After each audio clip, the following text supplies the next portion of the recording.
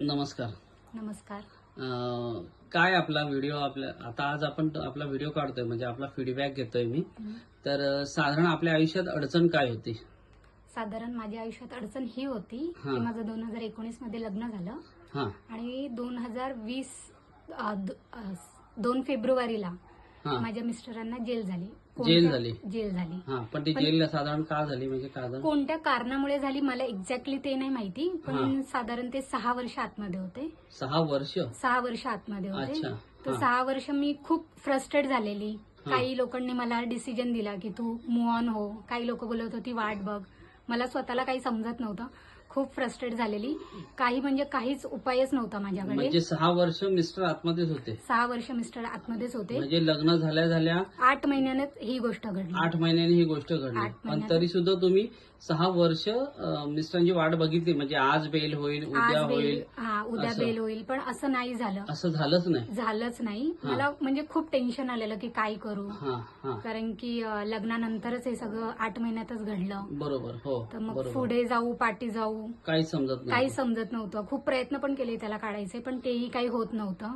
म्हणजे पूर्ण आयुष्य असं उद्ध्वस्त झाल्यासारखं वाटत होतं. बरोबर. बापरे, एवढे 6 वर्ष तुम्ही काढली म्हणजे खरंच कोणी आज या आपल्या म्हणजे 2025 मध्ये की 6 महिने काढणं पुरुष असता एखादा तर मी पुरुष म्हणून सांगतो की नाही, पुरुष थांबू शकला नसता तेवढा. पुरुष पण थांबलाच नसता. पण मी खूप वाट बघितली तुम्ही. म्हणजे खूप प्रयत्न पण केले, वाट पण बघितली. हे 6 वर्ष मी कसे काढले ते माझे मलाच माहितीये. बरोबर. म्हणजे खूप त्रास काही समजत नव्हतं, काहीच कळायला मार्ग नव्हता. यातून कसं बाहेर यायचं, काय बाहेर यायचं. बरोबर. त्याच्यानंतर मग मी एक टाइम नंतर डिसिजन घेतला की मूव्ह ऑन करायचं या नात्यातून, कारण की काही अर्थच राहिला नव्हता. खूप प्रयत्न केल्याच्या म्हणजे या नात्यात राहायचं नाही.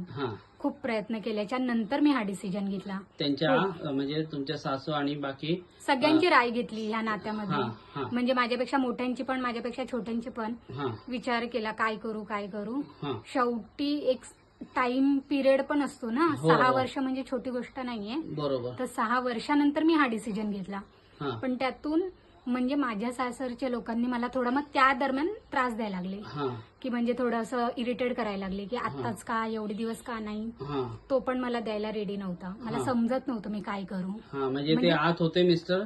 तुम्ही विचारलं त्यांना त्यांची भेट घेऊन की तुम्ही आता मला हे पाहिजे, म्हणजे मला डिवोर्स पाहिजे, मला या नात्यातून मोकळं करा, मला मूव्ह ऑन व्हायचंय. म्हणजे मला पुढचं माझं आयुष्य काय आहे ते ऍटलीस्ट मला कळेल. बरोबर. म्हणजे कोणत्याही कामानिमित्त असू दे किंवा काही असू दे, मला काहीच समजत नव्हतं. तर मी मूव्ह ऑन व्हायचा प्रयत्न केला. तर मग ते त्या दरम्यान मग मला टाळाटाळ करत होते आणि तो आतमध्ये असल्यामुळे ही डिवोर्सची प्रोसेस करणं खूप डिफिकल्ट झालेलं. बरोबर. कारण की तो रेडी आणि बाकी जायला बाहेर पाहिजेच ना. ह्या सगळ्या गोष्टींसाठी मी वकिलांची पण राय घेतली, तर ते पण थोडे बोलत होते डिफिकल्ट आहे, जर त्याने साथ दिली तरच काहीतरी होऊ शकतं, अदरवाईज नाही होत. तर मग खूप प्रयत्न केले. तो मला काही द्यायला रेडी नव्हता. त्याच्या घरचे त्याला भडकवत होते आणि तो भडकत होता आणि तो रेडी नव्हता मला द्यायला. मग मी राजू दादांकडे गेली. राजमाळी. मग मी तुमच्याकडे आली, तुमची राय घेतली आणि मग तुम्ही मला काहीच नाही सांगितलं करायला. आपण तुम्हाला काही रत्न दिलं नाही, कुठली शांती सांगितली नाही, कुठला ज्योतिषी उपाय दिला नाही, कुठलं ब्रेसलेट दिलं नाही, कुठली अंगठी, रत्न, काहीच नाही. आपण काय सांगितलं, मग रिझल्ट कशाने आला? मला फक्त रिझल्ट आला की घरामध्ये माझी झोपायची जागा चेंज केली. झोपायची जागा फक्त चेंज केली. बरोबर.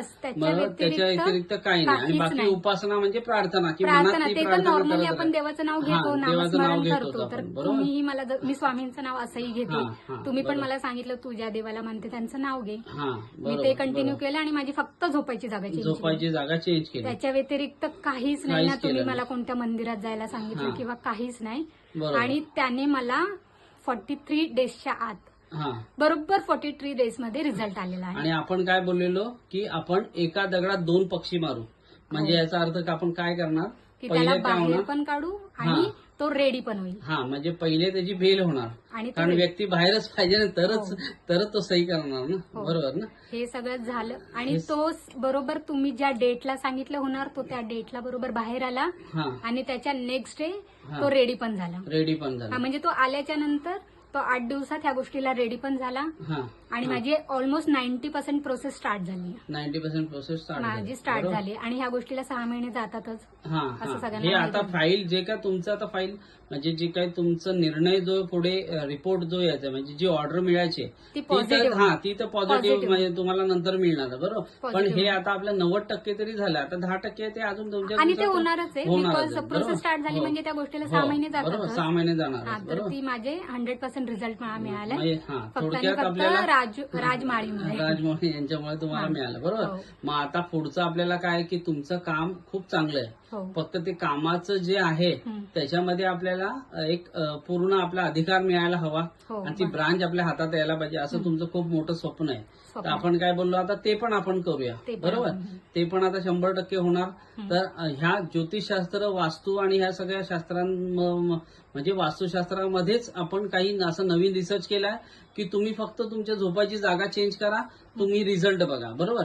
तर वास्तुशास्त्राबद्दल काय म्हणाल तुम्ही आता? म्हणजे मला जिथपर्यंत रिझल्ट आला म्हणजे मला ह्या सगळ्या गोष्टी अगोदर माहित नव्हत्या, पण जसं मी बघितलं, जसं तुमची भेट झाली, तुमच्याशी बोलणं केलं आणि मला रिझल्ट आल्याच्या नंतर आता माझा पूर्ण 100% विश्वास बसलाय की ह्या सगळ्या गोष्टी असतात.